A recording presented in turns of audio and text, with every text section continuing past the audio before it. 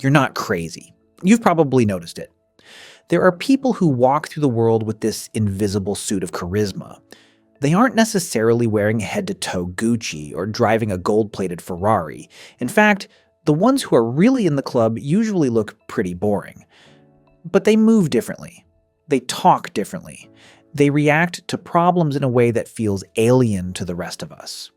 Today, we're going to peel back the wallpaper. We're going to look at the subtle behaviors that signal someone is upper class.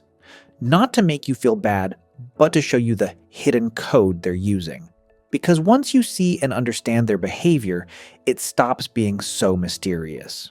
But before we get into it, do me a huge favor and hit that like and subscribe button. Now, let's dive into it. Habit 1. The luxury of bad clothes. Let's start at the surface. You'd think being upper class means looking like $1 million 24/7, right? Well, not quite. If you grew up without a lot, you were probably taught that you have to dress up to be respected. You wear your best shoes to the doctor. You make sure your shirt is crisply ironed for a flight. You do this because you know that if you look messy, the world treats you like a problem to be solved. But watch the truly wealthy. They'll walk into a high-end hotel in a tattered college hoodie and salt-stained boat shoes. Why? Because they don't need the clothes to do the talking for them. When you're upper class, your status is baked in. You don't feel the need to signal wealth with a giant logo because you assume, rightly or wrongly, that people already know you belong there. It's the costume of convenience. They prioritize comfort over impression because they've never had to worry about being kicked out of a room for looking like they don't have a job. Does that make sense? For them, fashion is a choice. For everyone else, it's a shield. Habit 2. The future tense. Conversation. Have you ever noticed what people talk about at a neighborhood dive bar versus a country club? In most normal circles, the conversation is about the now or the past. It's about how tired we are from work today. The crazy thing the boss said yesterday. Or that one great summer 10 years ago. It's survival-based storytelling. It's how we bond over the shared struggle of getting through the week.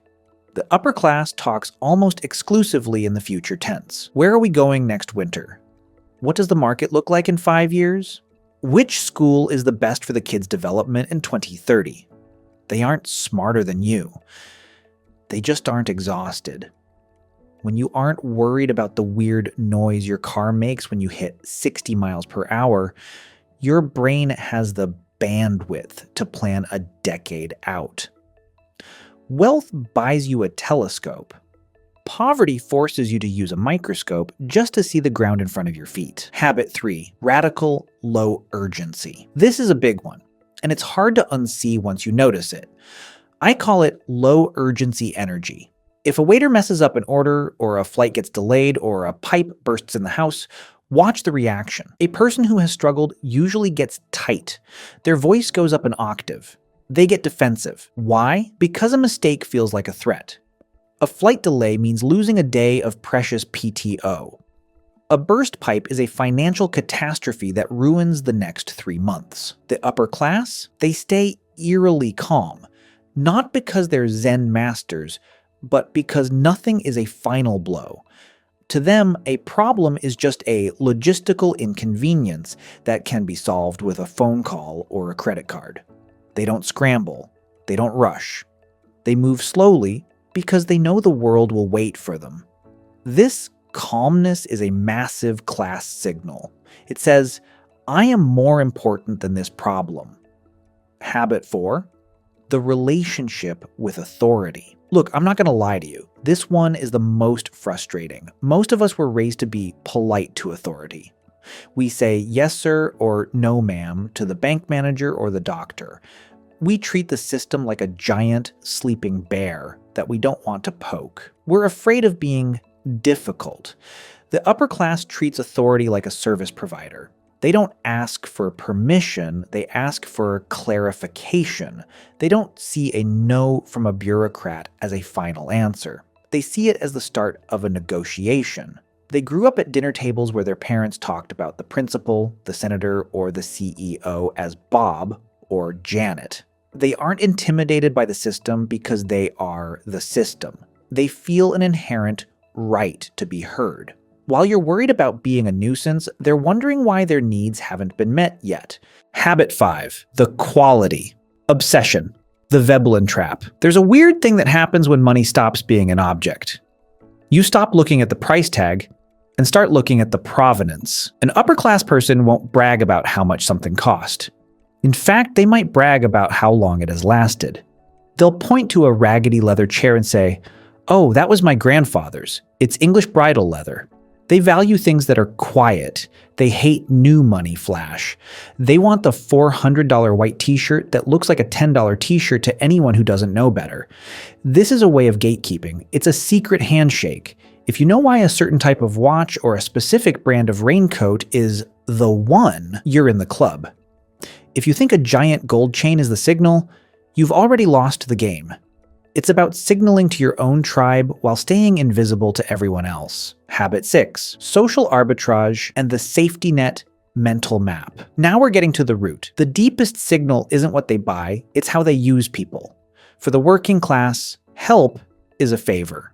You ask your cousin to help you move because you can't afford movers. You feel guilty about it. You owe them one. For the upper class, help is an ecosystem. They have a guy for everything. A guy for the taxes, a guy for the landscaping, a guy who knows which private schools are on the way up. They don't see this as a burden. They see it as leveraging their network. But here's the kicker. The signal is the total lack of fear regarding failure. Imagine you're walking a tightrope. If you're like most people, you're looking at your feet, sweating, knowing that if you slip, you hit the concrete. That's why you're tense. That's why you're tired. The upper class is walking that same rope, but they know there's a massive invisible safety net 6 inches below them. That net is made of family money, old boys clubs, and assets. Because they aren't afraid of the fall, they can perform tricks on the rope. They can take risks. They can be bold. That boldness we're told to admire in billionaires, it's usually just the absence of consequence. But here's the reality check, and I want to pause here. If you're feeling a bit heavy-hearted listening to this, I get it. It feels like there's this secret language you weren't taught, right? You're playing a game of chess while they're playing with a completely different rule book. So what do? Do we just sit here and be mad? You could, but that doesn't pay the bills or get your kids into a better spot. The goal isn't to fake it until you're wearing a tattered hoodie in a 5-star hotel. The goal is to demystify them. When you see someone acting with that low urgency energy, don't be intimidated. Realize they just have a different relationship with risk. Once you understand their habits, you can start adopting the pieces that actually serve you.